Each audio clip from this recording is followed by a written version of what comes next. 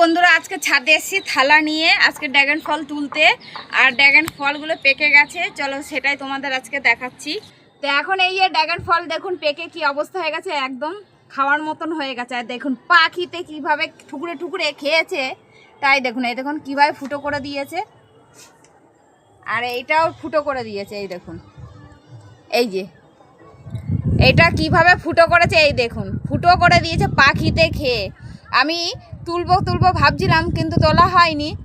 আর আজকে তুলতে এসছি যে একটু ভালো করে পাকুক, গাছ পাকা হলে তাহলে বেশি ভালো লাগে খেতে। পেকে গেছে আর পাখি তো খেয়ে নিয়েছে, এই যে তাই সবকটা আজকে তুলেই নেব, সবকটা আজকে তুলে নেবো। আর এইগুলো মানে এই ড্রাগন ফল দুটো সত্যি খুবই সুন্দর হয়েছে, মানে ওয়েট মনে হচ্ছে ওয়েট লাগছে, মানে এতটাই বড় বড় হয়েছে।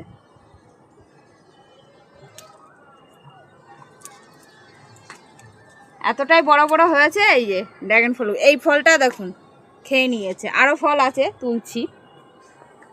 তখন এই পাশে চলে আসলাম, এইটাকে তুলে নেব।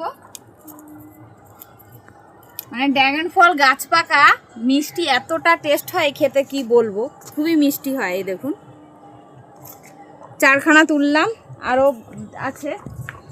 তা সবকটা ড্রাগন ফল তুলে নেবো, নাহলে রাখা যাবে না, সব পাখিতে খেয়ে নিচ্ছে। গাছে সবকটা তুলে নিয়ে এখন রাখবো না, গাছে সবকটাই তুলে নিই।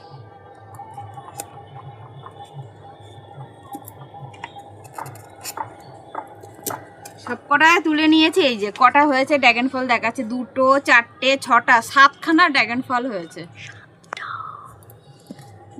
7খানা ড্রাগন ফল, এই যে 7খানা ড্রাগন ফল হয়েছে দেখুন। 3টে গাছ লাগিয়েছে, তাতে দেখুন 7খানা ড্রাগন ফল এই যে হয়েছে।